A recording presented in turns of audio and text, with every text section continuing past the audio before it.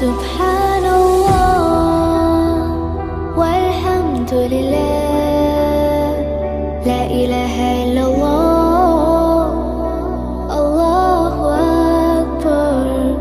سبحان الله والحمد لله، لا إله إلا الله، الله أكبر.